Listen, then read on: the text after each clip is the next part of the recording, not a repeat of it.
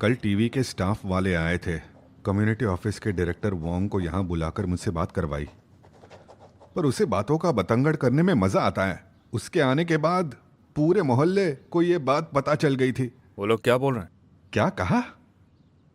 उसने कहा हमें शो पर जाना चाहिए, उससे बुजुर्ग लोगों के सारे प्रॉब्लम्स सॉल्व हो जाते हैं। उसने कहा हमें बहादुर बनना होगा और इस उम्र में रोमांस करना, वो भी उनके लिए जो ये सबसे डरते हैं। वो शादी और बच्चों से डरने वालों के लिए है। ओह हाँ, जो शादी और बच्चों से डरते हैं उनके लिए एक मिसाल कायम करना। अरे मगर कैसी मिसाल? ये सब क्या चल रहा है? हाँ, थोड़ा गड़बड़ घोटाला तो है यहाँ पर। उन्होंने जो बोला उसका कोई मतलब है? अरे सब बकवास है, और अब उसकी वजह से सब लोग तरह तरह की बातें करने लगे हैं। मेरे बेटे और बहू के कॉलीग्स भी पूछ रहे हैं कि क्या तुम शादी करने जा रहे हो। मेरी बहू तो मिलने भी नहीं आती। मुझे उसके माँ बाप का भी फोन आया था, कह रहे थे हम आपको गवा नहीं सकते। बताओ कैसी बकवास है? वो ऐसा कैसे कह सकते हैं? इसमें कोई शर्म की बात है ही नहीं। हाँ सही और कहा तुम अब आपने। मुझे बता रहे हो? देखिए जमाना बदल चुका है, अब ट्वाइलाइट मैरिज में प्रॉब्लम क्या है? यहाँ पर मेन पॉइंट तो मैरिज है ही नहीं। सोचो टीवी पे क्या होगा। बिल्कुल सही।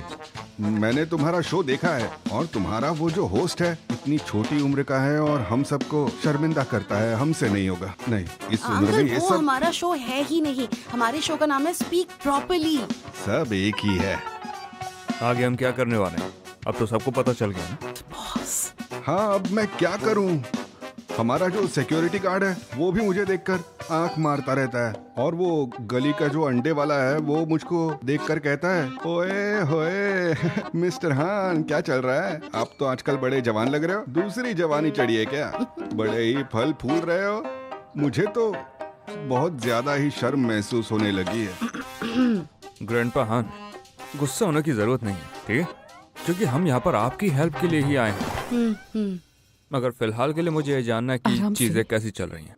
आपका बेटा और साथ में इसके बारे में डॉटर इन लॉ क्या सोचती हैं? वो क्या सोचेंगे? वो दोनों इससे सहमत नहीं हैं। मेरी दूसरी शादी की बात सुनकर वो एकदम चुप हो जाते हैं। सब बकवास है। कल तो मेरी बहू यहाँ आई थी। उसने मुझसे कहा पापा, जब आप शादी करोगे तभी के तभी मैं तुम्हारे बेटे को डिवोर्स दे दूंगी। और मेरा बेटा तो हमेशा उसकी हाँ में हाँ मिलाते रहता है। देखा, इन बच्चों को देख रहे हो तुम? और इसके बच्चे ने भी इससे कह दिया अगर ये इनसे शादी नहीं करेगा तो फिर जब ये बीमार पड़ जाएगा तो कोई इसका ख्याल नहीं रखेगा। वैसे उसने जो बोला वो काफी ज्यादा हार्श है। मिसेस माँ, अपने बेटे के बारे में बताइए, वो उसके बारे में क्या सोचता है? मेरा बेटा कहता है कि अब ये बात इतनी बढ़ चुकी है और वो इस वजह से जेल तक गया, तो अगर हान मुझसे शादी नहीं करते तो वो हर एक के पास जाकर उसे इस पूरे मामले में घसीटेगा। देखा तुमने, सब कुछ अच्छा चल रहा था, लेकिन मेरे बेटे की वजह से सब कुछ बर्बाद हो गया। उसने ये हरकत नहीं की होती अगर, तो हमारा ये हाल नहीं होता। वो नालायक ऐसा कर कैसे सकता है? ये सब कुछ उसी की वजह से हुआ है। ग्रैंडपा जो आराम से बात करते हैं, ठीक है? पर ये सब जैसा मुझे लगता है आप दोनों की शादी बिल्कुल भी असल में कोई बुरी चीज नहीं है। ग्रैंडपा हैन, क्या आप वाकई में अपने खुद के बच्चों से बात छिपाने वाले हैं? आपको लगता है कि ये कोई सोल्यूशन है? क्योंकि आप ही देख लो, आपने जितना भी छुपाया हर किसी को पता चल गया ना। अब हर कोई जानता है, तो क्या हमें इस प्रॉब्लम का सोल्यूशन चाहिए तो सॉल्व करें। एमी, अरे एमी कहाँ गई? हाँ,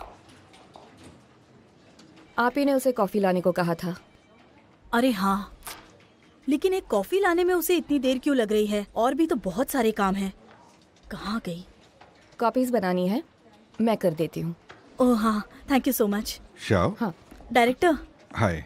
एक पीरियोडिकल के जर्नलिस्ट आए हुए हैं, उन्हें एक इंटरव्यू करना है लो शिव के केस के बारे में। मैं चाहता हूँ तुम भी हमें ज्वाइन करो। मुझे उस पर तुम्हारा ओपिनियन भी चाहिए। तो तुम आने वाली हो जी या नहीं।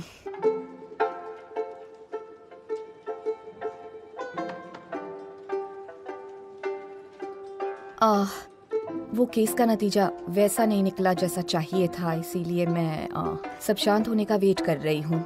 अगर मैं इस वक्त इंटरव्यू दे दूँ तो फिर शायद इस केस को फिर से हवा मिल जाएगी और क्लाइंट को तकलीफ होगी।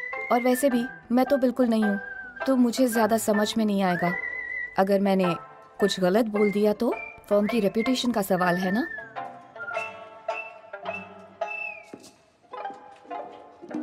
मैं समझता हूँ, मैं मना कर देता हूँ।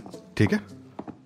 अरे लियो वांग, तुम्हारा दिमाग खराब हो गया है क्या? तुम ऐसी अपॉर्चुनिटी को कैसे जाने दे सकती हो? आप कर लीजिए।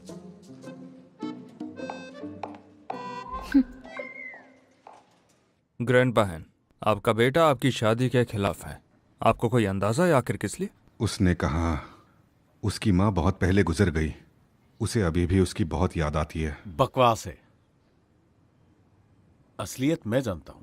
अच्छा मुझे बताओ, उनको गुजरे कितने साल हुए? 12 साल। और वो कहता है कि अभी तक वो उससे उभरा नहीं है। कब्र साफ करने वाला दिन पिछले साल वो इसीलिए नहीं आ सका क्योंकि उस दिन बहुत बारिश हो रही थी। सिर्फ हम दो गए थे वहां पर और कोई नहीं था। वो कहता है हम दोनों की काफी उम्र हो चुकी है, इसलिए लोग मजाक उड़ाएंगे, हम शर्मिंदा होंगे। ये सब बकवास बातें हैं। हमारी उम्र में हमें बस साथी इसलिए चाहिए ताकि कोई हमारा इस उम्र में ध्यान रखे, बीमारी में हमारा साथ दे, ताकि हमारे बच्चों के लिए बहुत आसानी हो। तो फिर ऐसा इसमें गलत क्या है? जवान अपनी खुशी देख सकते हैं, अपना प्यार देख सकते हैं, तो हम क्यों नहीं ये सब कर सकते? बताओ मुझे। जवान प्यार में पड़ सकते हैं पर बूढ़े नहीं, ऐसा क्यों? कौन सा कानून ऐसा कहता है? मैंने तो आज तक नहीं सुना। अरे भाई रहने भी दो, मेरा नसीब अच्छा नहीं है। ग्रैंडपा हान, ऐसा मत बोलिए। आपके पास ग्रैंडपा जोहू जैसा दोस्त है जो कि आपका ध्यान रखता है। आप किसी ऐसे से मिले हैं जो कि अंत तक आपका साथ निभाएगा। बहुत लोगों को तो ये भी नसीब नहीं होता। तो क्या मैं आपसे पूछ सकता हूँ, आपका फैसला मिसेस मा से शादी करने का कितना पक्का है? मैं जरूर करूंगा। हम तो जैसे तैसे यहां तक पहुंच ही गए हैं, अब आगे नहीं बढ़ा तो किस तरह का मर्द हूं मैं?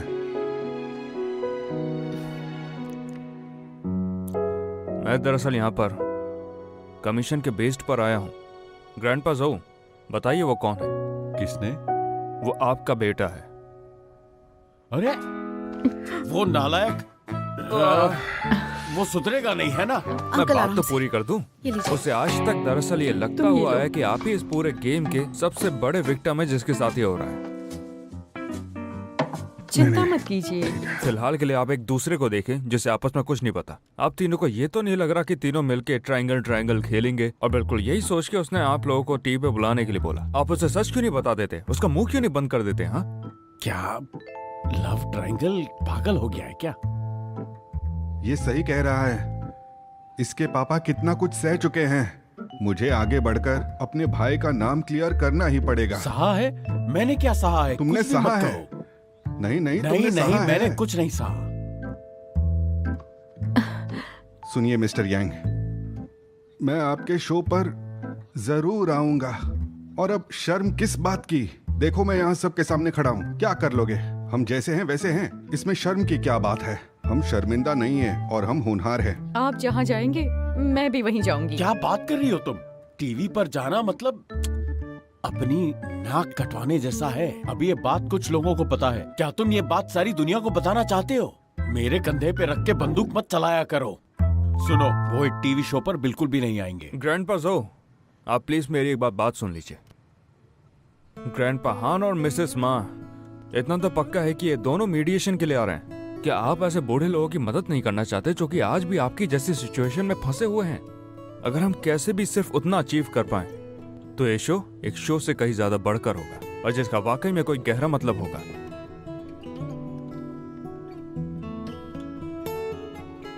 हम जाएंगे। ठीक है फिर।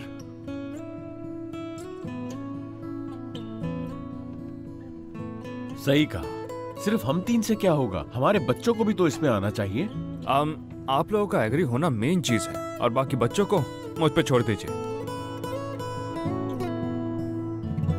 डायरेक्टर ली, आपके इंस्ट्रक्शंस को ध्यान में रखते हुए मैंने फाइनेंस डिपार्टमेंट से एक प्लान तैयार करने को कहा है एसेट सेल को लेकर। चीफ फाइनेंशियल ऑफिसर आपको एक्सप्लेन करेंगे। डायरेक्टर ली, हमने कंपनी के एसेट्स इवैल्यूएट कर लिए हैं जो कि अब बिकने के लिए तैयार है। और अगर हम अपने कुछ कमर्शियल स्ट्रीट्स बेच देते हैं जो कि साउथ वेस्टर्न सिटीज में है, तो हमें इतनी ज्यादा फाइनेंशियल प्रॉब्लम नहीं होगी। इसलिए हिचकिचाइए मत, जो कुछ भी कहना है कह दीजिए।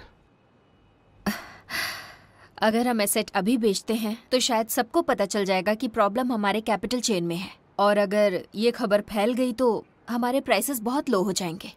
हालांकि वो जो सिटीज में हमारे कमर्शियल स्ट्रीट्स हैं वो हमारे बेस्ट एसेट हैं, और अगर हम उन्हें कम प्राइस में बेचेंगे तो सौदा बुरा होगा। ये रहे कुछ पेपर्स जिन्हें आपको चेक कर।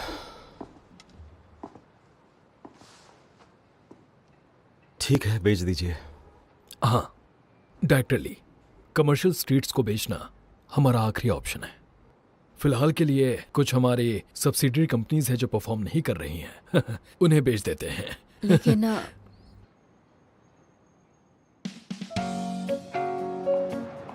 अरे चलो जल्दी करो। अभी तक शॉपिंग खत्म नहीं हुई क्या? अभी नहीं, जो मुझे चाहिए ना वो वहाँ सामने है। क्या? एक मिनट रुको रुको, मुझे ब्रेक चाहिए। मुझे समझ नहीं आ रहा, इनकी प्लानिंग में ही प्रॉब्लम है। इन्हें औरतों की सारी जरूरतें जैसे कि कपड़े, मेकअप, बाकी सब, इन सबको एक ही स्ट्रीट पर बेचना चाहिए, वरना दुकानें ढूंढते ढूंढते ही थक जाएंगे। क्या बात है, क्या बढ़िया सोच है तुम्हारी। एक दिन जब तुम बहुत अमीर बनोगे तब तुम मेरे लिए बस ऐसी ही एक स्ट्रीट खरीद लेना, ठीक है? ठीक है, फिर तो स्ट्रीट का बेस्ट गाय मैं बन जाऊंगा। अरे तुम तो मेरे दिल में हमेशा से ही बेस्ट रहे हो।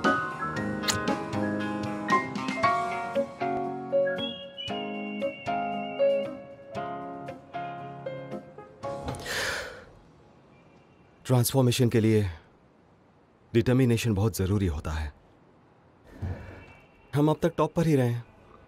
हमारे अच्छे दिनों में हमारी रेसिडेंट बिल्डिंग्स, हमारी office buildings, commercial estate, pensioner, Medicare सब बढ़िया रहे हैं। लेकिन अभी के हालात पहले से कुछ अलग हैं। तो ऐसे हालात में प्रायोरिटीज पर फोकस करना चाहिए, उसमें शर्म की कोई बात नहीं है। और इसलिए कमर्शियल स्ट्रीट को बेचने का प्लान ही सबसे ज़्यादा सही रहेगा। मैं जानता हूं नेगोशिएशन थोड़ा डिफिकल्ट रहेगा, लेकिन फिर भी हम लोग बेस्ट कोशिश करेंगे और बेस्ट प्राइस पर बेचेंगे। आप सबका बहुत बहुत शुक्रिया। डायरेक्टर,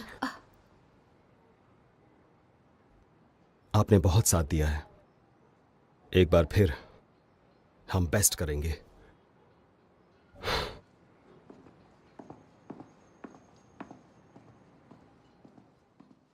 हम इन बूढ़े लोगों को पहले ही अपनी शो पर लाने की सोच रहे हैं। डिंगनिंग को मैंने बोल दिया करने के लिए। तुम प्री मीडिएशन नहीं करोगे?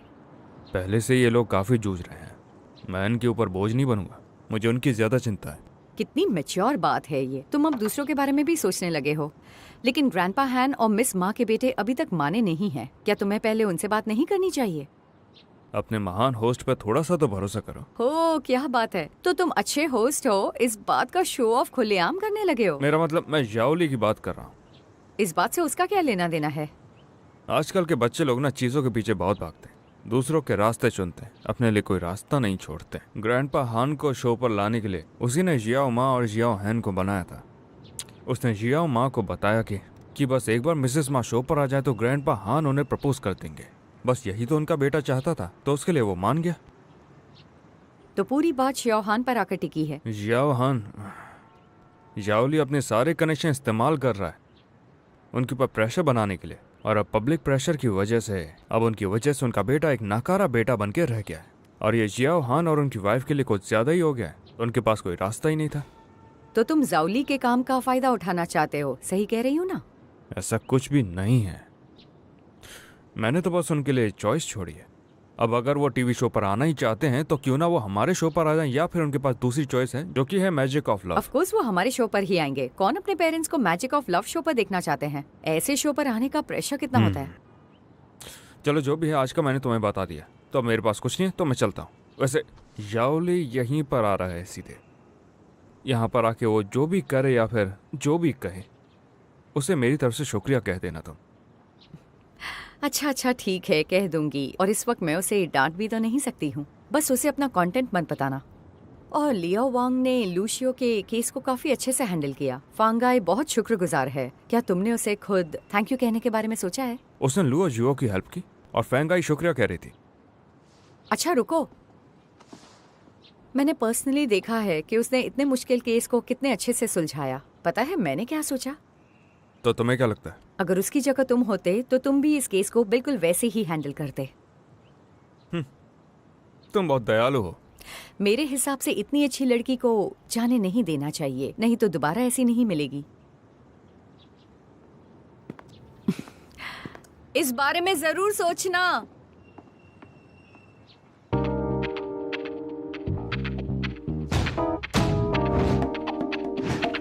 काफी टाइम बाद आज शो हो रहा है। बहुत मजा आने वाला है। तुम्हें पता है रिफ्रेशमेंट जैसी है। अरे हाँ, बहुत दिनों बाद मिले। कैसे हो? आजा आजा, तुम भी आजा। काफी इंटरेस्टिंग। बहुत मजा आएगा। हाँ मेरे पास सीट पकड़ो मेरे लिए। तुमने टिकट्स ली थी? आगे जाओ। शो काफी अरे चलो। अरे अरे आगे जाओ ना, तुम भी चलो। अरे चलो चलो। बेकार में परेशान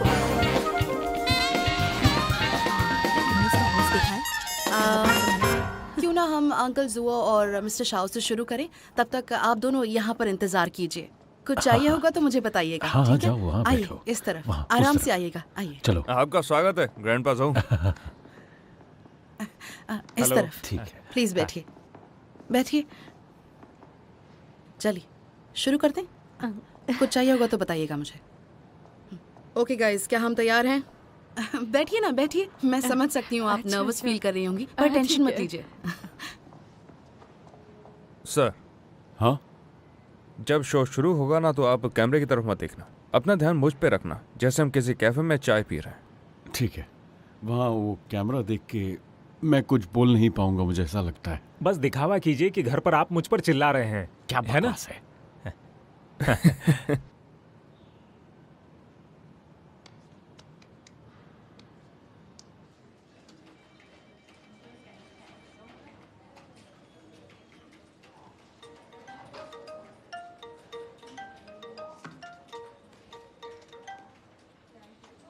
हेलो, बोलिए। हाँ हेलो, लॉयर लियाओ। मैं मिसेस मा। मेरी हैन फैमिली के साथ नेगोशिएशन चल रही है। क्या तुम आकर मदद कर सकती हो? मैंने आपसे पहले ही कह दिया था, मैं आपकी और मदद नहीं कर सकती हूँ, समझ गई? अब मैं क्या आपके लिए नेगोशिएशन भी करूँ? हाँ बताइए, आप ये चाहती हैं? हाँ हाँ, लेकिन पहले तुम आकर मदद कर दो। आई एम सॉरी, लेकिन मुझे बहुत सारा काम है, मैं नहीं आ सकती। मैं ऑलरेडी बहुत ज़्यादा बिजी हूँ, आप किसी और से मदद मांग लीजिए। ब्लॉक ही कर देती हूँ। कैसी इंसान है। मैं अभी आया। हाँ ठीक है।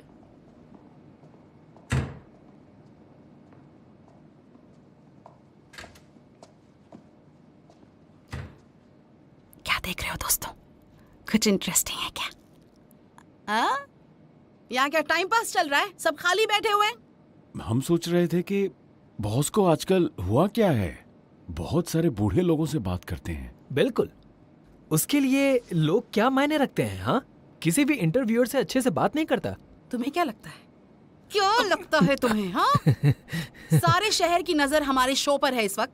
फाइनली हमारे बॉस को थोड़ा मोटिवेशन मिला है कि वो एक अच्छा शो बनाए। इस सब से हमारे ही तो करियर ब्राइट होंगे ना। तुम्हें प्रॉब्लम है इस बात से? अरे तो जाकर नहीं, उन्हें बता दो। ऐसी कोई हाँ? बात नहीं। सब कुछ ऐसे बदल रहा है, हमें थोड़ा वक्त चाहिए। अच्छा सुनो, मैं अभी स्टूडियो पर थी। मिस्टर जाओ और अंकल जुओ तो आ गए हैं, लेकिन वो दोनों कपल कहाँ हैं? मिस माँ तो मेकअप रूम में है, कह रही थी शो से पहले उनको अच्छा दिखना है, इसीलिए मेकअप कर रही हैं। तू मजाक कर रहा है क्या? शो शुरू होने वाला है, वो कोई डीवा है जो उसे मेकअप करना है? जाकर देख। हाँ जाता हूँ जाता हूँ। मैं भी जाता हूँ, जा रहा हूँ।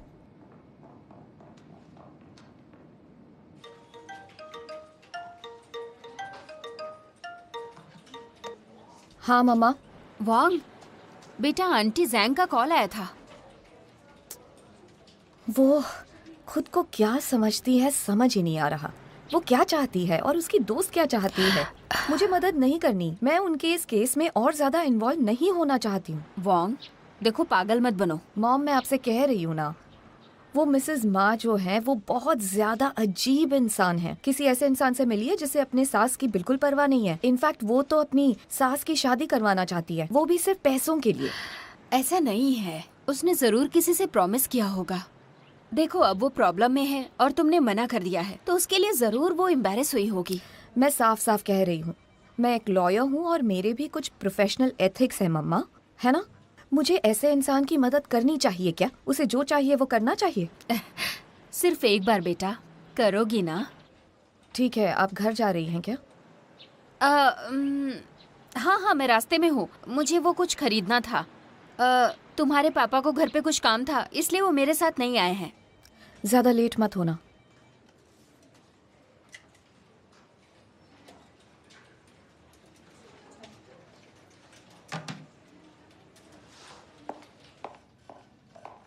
लॉयर चैन, मुझे कुछ काम है, मैं बाहर जा रही हूँ। कहाँ जा रही हो? वो किसी को मुझे हाँ कोई बात नहीं, हर बार मुझे बताने की जरूरत नहीं है।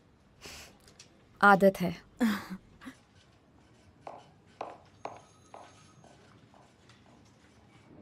Five, 4, 3, 2, 1 and rolling. तो फिर मेरे सीधे हाथ पर जो बैठे हैं वो है मिस्टर जोऊ डिंग लियांग, और इनके सामने जो बैठे हैं वो हैं इनके बेटे mister Zhou Jiang. Mister Zhou Jiang college खत्म होने के बाद से दूर से ही काम करते हैं और उन्हें ये करते हुए पूरे 10 साल हो चुके हैं, जो कि आजकल के बच्चे जो फॉरेन में काम करते हैं उनके जैसे ही हैं। ये काफी बिजी रहते हैं और साल में सिर्फ एक बार ही घर आते हैं। मगर हाल ही में इन्हें पता चला कि इनका जो अपने डैड से कम्युनिकेशन है वो इतना अच्छा नहीं है और उसे इम्प्रूव होने की ज़रूरत है। तो जोऊ जियांग, आपको ये कब पता चला कि आपका अपने पेरेंट्स से कम्युनिकेशन उतना अच्छा नहीं है? मैं कहूँगा इसकी शुरुआत तब हुई थी जब मेरी माँ गुजर गई थी। इससे पहले जब मुझे कोई भी परेशानी होती थी तो मैं माँ को बताता था और मेरी माँ मेरे पिताजी को बताती थी। अगर इनके पास कोई सलाह होती तो वो माँ को बताते, वही सलाह माँ मुझे बताती थी।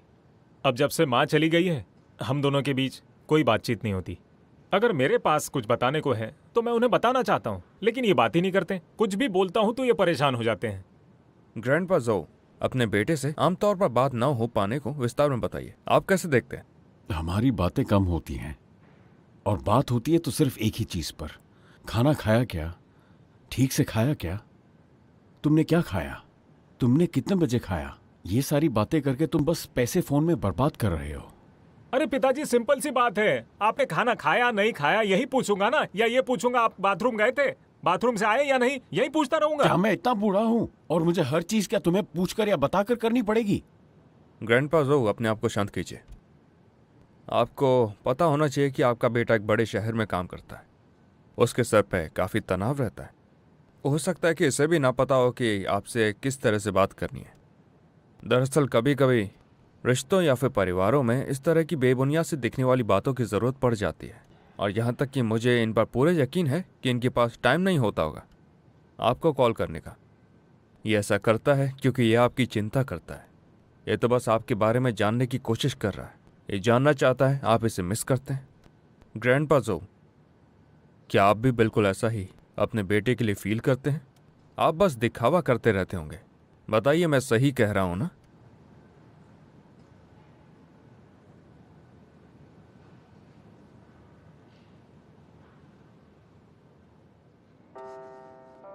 म्यूजिक थोड़ा कम करो, कम कम। तुम्हें लगता है कि इस दुनिया में ऐसे माँ बाप हैं जो अपने बच्चे से प्यार नहीं करते हैं? मेरी बीवी जब जिंदा थी हमेशा कहती थी, हमारा बेटा अकेला है, बड़े शहर में बहुत काम करता है, उसके लिए आसान नहीं है।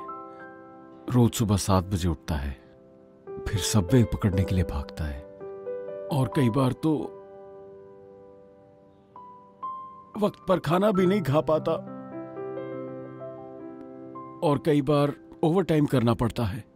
और अगर वक्त है तो क्यों ना वो आराम करे? क्या उसकी सेहत के लिए अच्छा नहीं? तो मैंने सोचा कि यही सही है, इसलिए मैं अपनी बातें उससे नहीं करता ताकि उसे आराम का वक्त मिले, वो थोड़ा और सो सके, अच्छा खाए, यही सही होगा। पिताजी, और कुछ मत बोलिए। सुनिए, मैंने पहली बार अपने पिताजी को इस तरह बात करते देखा है। जियाओ जोऊ, आपने अभी सुना ना कि ओल्ड जोऊ ने अभी क्या कहा? ये जानबूझ के आपकी बातों से बचने की कोशिश कर रहे थे या फिर ऐसा व्यवहार कर रहे थे, पर मुझे तो लगता है ये दिखावा एक गहरे प्यार का है। इस तरह की बातें उन घरों में काफी ज्यादा कॉमन हैं जिसमें पेरेंट्स घर पे रहते हैं और बच्चे बाहर जाके काम करते हैं, क्योंकि वो जानते हैं कि उनके बच्चे काफी मुश्किल काम कर रहे हैं और वो स्ट्रेस की वजह से थके और हारे रहते हैं, और बस वो अपने साथ उन्हें नीचे नहीं घसीटना चाहते, और वो बिल्कुल नहीं चाहते कि वो अपने बच्चों पे किसी भी तरह का बोझ बनकर रह जाएं, और इसी वजह से वो उन्हें कम कांटेक्ट करते हैं और यहाँ तक कि कम बात भी करते हैं, इस डर की वजह से कि वो शायद अपने बच्चों को नीचे ना घसीट लें। वो चाहते हैं कि उनके बच्चों पे किसी भी तरह का बोझ ना हो, वो आजाद होकर जिए। बेटा, मेरी तरफ देखो। एक पिता के नाते मैं तुम्हारी किसी भी तरह मदद नहीं कर सकता, मैं तुम्हें कुछ नहीं दे सकता। मुझे बस ये चाहिए कि तुम अच्छे रहो, अच्छा खाओ पियो, आराम करो और एक अच्छा भविष्य बनाओ। मैं खुश हो जाऊंगा। पिताजी, आप भी ना। आप तो भावनाओं में बह गए। आप मुझे ऐसे अच्छे नहीं लगते।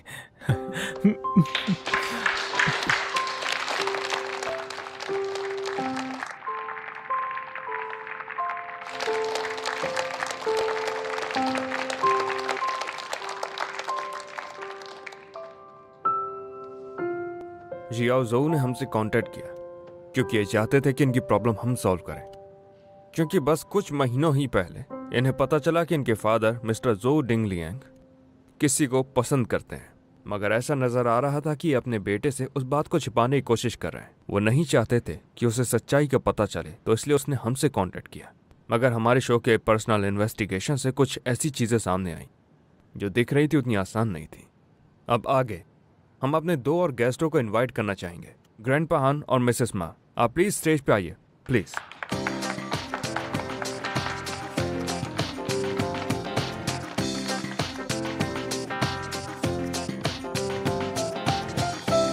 आइए बैठ, प्लीज बैठिए।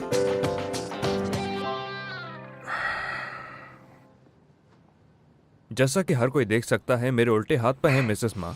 ये दरअसल शहर के बाहर काफी टाइम से रह रही थी। इनके बेटे को चिंता थी कि ये कहीं अकेली ना पड़ जाए, तो उनके बेटे ने इन्हें अपने पास बुला लिया शहर में। मिसेस मा, आप रिलैक्स हो जाइए, नर्वस होने की जरूरत नहीं है। हाँ। तो क्या अब आप शहर में रहने की आदी हो चुकी हैं? आपकी डॉटर इन लॉ कैसी हैं? हाँ, अब आदत हो गई है। बड़े शहर में सब कुछ अच्छा लगता है। मेरी बहू और बेटा मेरा बहुत ख्याल रखते हैं। मिसेस मा, हमारे शो की इन्वेस्टिगेशन से पता चला है कि आपके बेटे का जो घर है वो दरअसल काफी बड़ा है, और उसके साथ ही उनके इन लॉज भी उन्हीं के साथ वहीं पर रहते हैं। वो उनकी वाइफ की और बच्चों की मदद करते हैं, और उसके बाद जब आपने वहां पर रहना शुरू कर दिया तो शायद घर और भी छोटा हो गया होगा, तो वहां पर वैसे भी आपके लिए कोई काम नहीं रह गया होगा सोने के अलावा। सही कहा ना? हाँ, मेरे आने से मेरे बेटे को तकलीफ होने लगी, उसके लिए भी आसान नहीं रहा। लगता तो कुछ ऐसा ही है। वो बेशक एक साथ रहना चाहते हैं, लेकिन स्ट्रेस से भरी इस दुनिया में वो ऐसा करने में सफल नहीं हो पा रहे हैं, और यही आज की युवाओं की सच्चाई है जो कि घर से बाहर काम करते हैं, और इसका सामना करना जरूरी है। डायरेक्टर, कुछ पता चला? वो लोग नहीं मिल रहे, फोन भी बंद है। 4 लोग ऐसे अचानक कैसे गायब हो गए? हर जगह चेक किया, दूसरे स्टूडियो में भी, पर नहीं मिले। तुम्हारा दिमाग खराब हो गया है क्या? क्या चाहते हो उस ली को पता चल जाए कि हमारे शो में यहाँ प्रॉब्लम चल रही है? मेरी बात सुनो, जैसे ही ये पार्ट रिकॉर्ड हो जाता है उसके बाद हमारे पास टाइम होगा। मुझे नहीं पता अब क्या करना है, जाकर ढूंढो उन्हें, जाओ जल्दी। यहाँ चल क्या रहा है? हाँ सीलिंग मैम, वो एक छोटा सा प्रॉब्लम हो गया है, हमारे अगले गेस्ट मिल नहीं रहे। हाँ, मैं जब भी यहाँ आती हूँ कोई ना कोई मुसीबत आती है, इसका मतलब मैं आऊँ ही नहीं। सॉरी मैम, मेरी गलती है, मैंने अपना काम ठीक से नहीं किया। चलो यहाँ से। Sorry madam.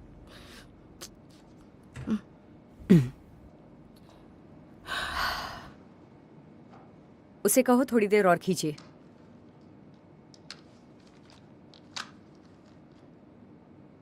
बस छोटी सी प्रॉब्लम है, आप थोड़ी देर और खींचिए। मिसेस मा, क्या आप हमारे ऑडियंस को बताना चाहेंगी कि आप और ग्रैंडपा हान कैसे मिले? ओह, वो साल 1969 था। तब मैं 19 साल की थी और एक टेक्सटाइल मिल में काम करती थी, और उसी मिल में हान एक गार्ड का काम करते थे, और बस हमारी मुलाकात वहीं हुई। शो की रिकॉर्डिंग शुरू होने वाली है, तुम दोनों ने आखिर हमें यहाँ क्यों बुला लिया? इसीलिए मैं कह रही थी कि शो शुरू होने से पहले हमें मिल लेना चाहिए। मैंने आपसे पहले भी मिलने की कोशिश की, लेकिन आपके पास समय ही नहीं था। किस लिए? अब मिलना किस लिए है? मिलना तो बनता ही है, वो इसलिए कि हमें ऑडियंस के सामने क्या बोलना है इसकी समझ हो जाए। ये शादी तो बेशक होकर रहेगी, लेकिन वो कैसे होगी इसके बारे में बात नहीं की है। सुनो तुम दोनों, हमें इस शादी से हमेशा तकलीफ रहेगी, इसलिए इस सिचुएशन को लेकर के कोई अजीब सी डिमांड बिल्कुल मत करना। किस तरह के कंडीशंस? परिवार के मेंबर शादी कर रहे हैं, भविष्य में हम रिश्तेदार कहलाएंगे। मुझे लगता है हमें रेगुलर मिलते रहना चाहिए और अच्छे से बात करनी चाहिए। ठीक है। बस कुछ देर और, मेरी लॉयर आती ही होगी। तुम्हारा लॉयर? हाँ। तुमने लॉयर ढूंढ लिया? ये हमारा बंटवारा करने के लिए आई है, और इसीलिए ऐसे इंसान से बात नहीं करना चाहिए। चलो यहाँ से। अरे सुनो तो, समझने की कोशिश छुओ करो। मत मुझे। वो सिर्फ मेरे लिए नहीं आ रही है, पिछली बार जो भी हुआ उसका हर्जाना हम सबको अब तक भरना पड़ रहा है। लॉयर को मैंने इसलिए बुलाया है ताकि आगे जाकर हमें कोई दिक्कत ना हो। ज़ियाओ हान, बैठ जाइए, बैठ जाइए। चुप हो जाओ, बैठ जाओ।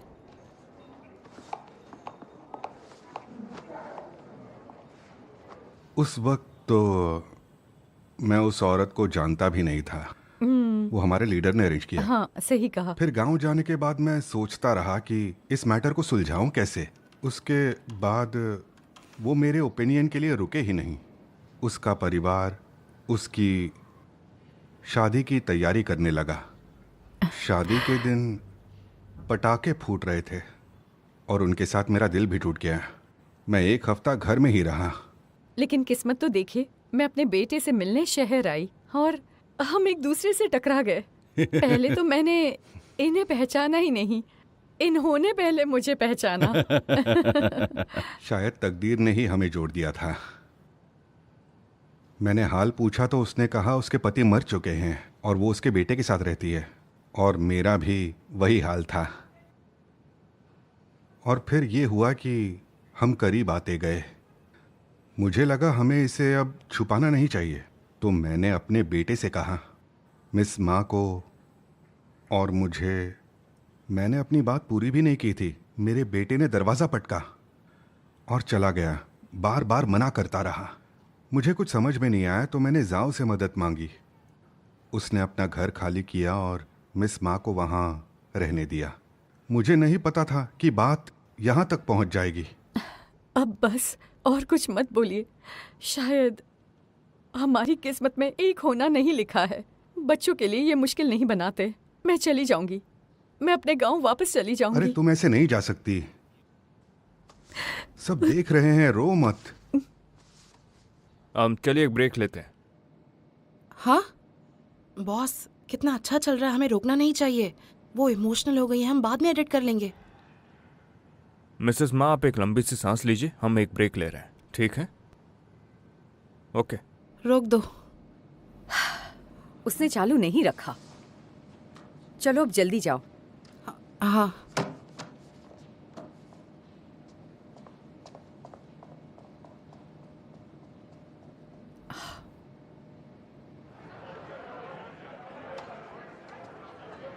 जिया हान कहाँ पर है? ढूंढ रहे हैं उसे, मिल जाएगा वो, फिक्र मत कीजिए। कैसे भी उन्हें ढूंढ के लाओ, ठीक है? सुनो, सबको बोल दो ब्रेक हो गया। अरे लॉयर ले आओ, यहाँ पर आ जाओ। मैं लिया वोंग हूँ। हाँ, मैं तुम्हारे लिए कुर्सी लेकर आती हूँ, बैठो। मैं आप सबको इनसे मिलवा दूं। ये मेरे लॉयर है लिया वांग। ये एक बहुत बड़े लॉ फर्म से हैं। ये जिस लॉ फर्म से आती हैं वो शहर में बहुत मशहूर है। अब हम अपनी बातें शुरू करते हैं। लॉयर लियाओ, आप हमारी बातचीत को रिकॉर्ड करेंगी ना? आज मैं यहाँ सिर्फ सुनने आई हूँ। आप लोग डिस्कस कीजिए, मैं सिर्फ लीगल एडवाइस दे सकती हूँ अगर ज़रूरत है। ये सब इसलिए ताकि हमारी बातचीत का कोई विटनेस हो। तो इस शादी के बारे में हम ये सोचते हैं कि मेरी सास आपके परिवार में शादी नहीं कर सकती। देखा जाए तो हमें आपसे इसके लिए पैसे लेने चाहिए ताकि हम मेरी सास के बारे में निश्चिंत रहें। क्या? अब तुम जाकर के हमसे पैसे की मांग कर रही हो? गुस्सा करने से पहले मेरी पूरी बात सुन लीजिए। आजकल कुछ भी आसानी से नहीं मिलता, वरना हमने पैसों की बातें ही नहीं की होती। मैंने सुना है कि जिस घर में आप रह रहे हैं वो आपके पापा ने खरीदा था। शादी के बाद मेरी सास का नाम मिसेस हैन बन जाएगा, तो प्रॉपर्टी में उनका हिस्सा बनता है ना। और शादी के बाद मेरी सास घर का सारा काम करेगी, बच्चों की देखभाल करेगी, और आपकी भी तो जिम्मेदारी बनती है कि उनके बुढ़ापे में आप उनकी देखभाल करें। क्या बोल रही हो? पहले पूरी बात तो सुनने दो। इस मुद्दे पर बाद में बात करेंगे। ये बातें शादी के पहले करनी होंगी, वरना शादी के बाद तो बिल्कुल नहीं हो पाएगी। हाँ। तुम लोग बैंक क्यों नहीं लूट लेते? तुम लोग आखिर ऐसी बातें कैसे कर सकते हो? थोड़ी भी इज्जत नहीं है क्या? नहीं है ना, बिल्कुल भी।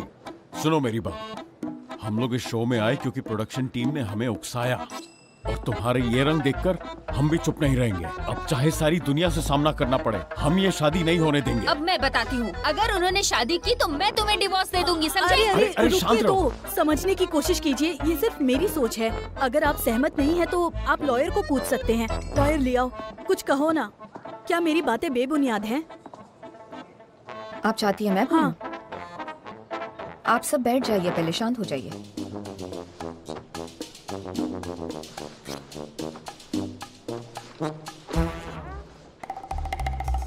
आंटी माँ, उम्मीद करती हूँ हम ये आखिरी बार मिल रहे हैं। मुझे आपसे फिर से कभी नहीं मिलना है।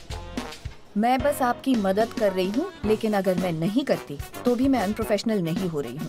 आज के बाद मैं आपकी लॉयर नहीं हूँ। मेरी माँ को कॉल मत कीजिए, और ना ही किसी और को। तुम ये कैसी बातें कर रही हो लियाओ? आपने मुझे बुलाया और कहा कि मैं बात करूं, तो जैसा कि आपने कहा मैं बात कर रही हूं। मैं आपको समझाती हूं कि लॉ के मुताबिक पब्लिक ऑर्डर और अच्छे मॉरल्स क्या होते हैं। मैंने नकचड़ी बहुएं देखी हैं, सेल्फिश वाली भी देखी है, बेवकूफ भी देखी है, पर मैंने आप जैसी कभी नहीं देखी है जो अपनी सास को बुढ़ापे में सहारा नहीं देगी, लेकिन उसका इस्तेमाल करेगी पैसे कमाने के लिए। अरे ऐसा नहीं है, लेकिन हमारी परिस्थिति चुप हो जाइए, मैं बात कर रही हूँ। बिल्कुल सही कह रही है। और आप लोग, आपके साथ जबरदस्ती हुई थी। आप कह रहे हैं कि आप यहाँ सिर्फ इसीलिए आए हैं क्योंकि आपके साथ जबरदस्ती हुई है। आपने अपने डैड से बात की है कि उन्हें क्या महसूस होता है, उनकी सिचुएशन जानने की कोशिश की होती तो ये सब नहीं होता। आपके डैड ने आपके लिए घर खरीदा, आपके लिए बीवी ढूंढी, और आपके बेटे का भी ख्याल रखा है उन्होंने। अब उन्हें किसी से प्यार हुआ है और उन्हें उनका ख्याल रखना है, तो उसमें गलत क्या है? आप खुद अपने बाप की खुशियों के आड़े आ रहे हैं क्योंकि आपका मतलब नहीं निकल रहा। नींद कैसे आती है आपको? अंकल जुओ आपके डैड के सिर्फ दोस्त है, उनका और कोई गहरा रिश्ता नहीं है, फिर भी वो उनका ख्याल रख रहे हैं, उन्हें सपोर्ट कर रहे हैं। एक बेटा होने के नाते आपको नींद कैसे आती है? और आप चारों, मैंने कई माँ बाप को देखा है अपने बच्चों की शादी की बात करते हुए, लेकिन बच्चों को माँ बाप की शादी नेगोशिएट करते हुए मैं पहली बार देख रही हूँ। आपको शर्म नहीं आती? कौन है आप? क्या हक है आपको ये करने का? अरे मैं तुम्हारी कंप्लेन करूंगी। हाँ कर लो जो करना है। मैं तुमको अच्छे से देख लूंगी। लॉयर लिया हो? एकदम सही बात की। तुम्हारा शो नहीं रिकॉर्ड हो रहा? फिलहाल हमने एक ब्रेक लिया है। मैं यहाँ पर कॉफी पीने और थोड़ा शांत होने के लिए आया था। जितनी जल्दी हो सके इन्हें रिकॉर्ड कर लो, लोगों को पता तो चले ये कितने निर्दयी और घटिया लोग हैं। ये कितनी कूल है। तुम वापस जाके तैयारी करो, 15 मिनट में शो चालू होगा। हाँ। मम्मा, मुझे आपसे कुछ कहना है। मैंने आंटी जैंग की दोस्त से बुरी तरह बात की है। चलो कोई बात नहीं, ठीक हुआ। तुम्हारे पास कॉल करके मुझे भी बहुत पछतावा हुआ। मुझे पहले से पता था कि चीजें ऐसे ही बिगड़ जाएंगी। मैंने ही तुम्हें फोर्स किया करने को। तुमने ऊंची आवाज में बात की ना? नहीं, ऐसा तो नहीं है, लेकिन मैंने उन्हें सबक जरूर सिखाया है। अगर उन्होंने कुछ गलत किया है तो तुम्हें सबक सिखाना चाहिए। हम तुम्हारे साथ हैं। और सुनो, अगर वो ज़ैंग फिर से कॉल करे तो कहना हमारी बेटी अच्छी वकील है, किसी फर्म की ऐसी वैसी एम्प्लॉय नहीं है। वांग, चलो कोई बात नहीं, जो कुछ हो गया अब उसमें क्या कर सकते हैं। ठीक है, चलो अब अपने काम पर फोकस करो, ये सब कुछ भूल जाओ। अच्छा हुआ सब खत्म हो गया।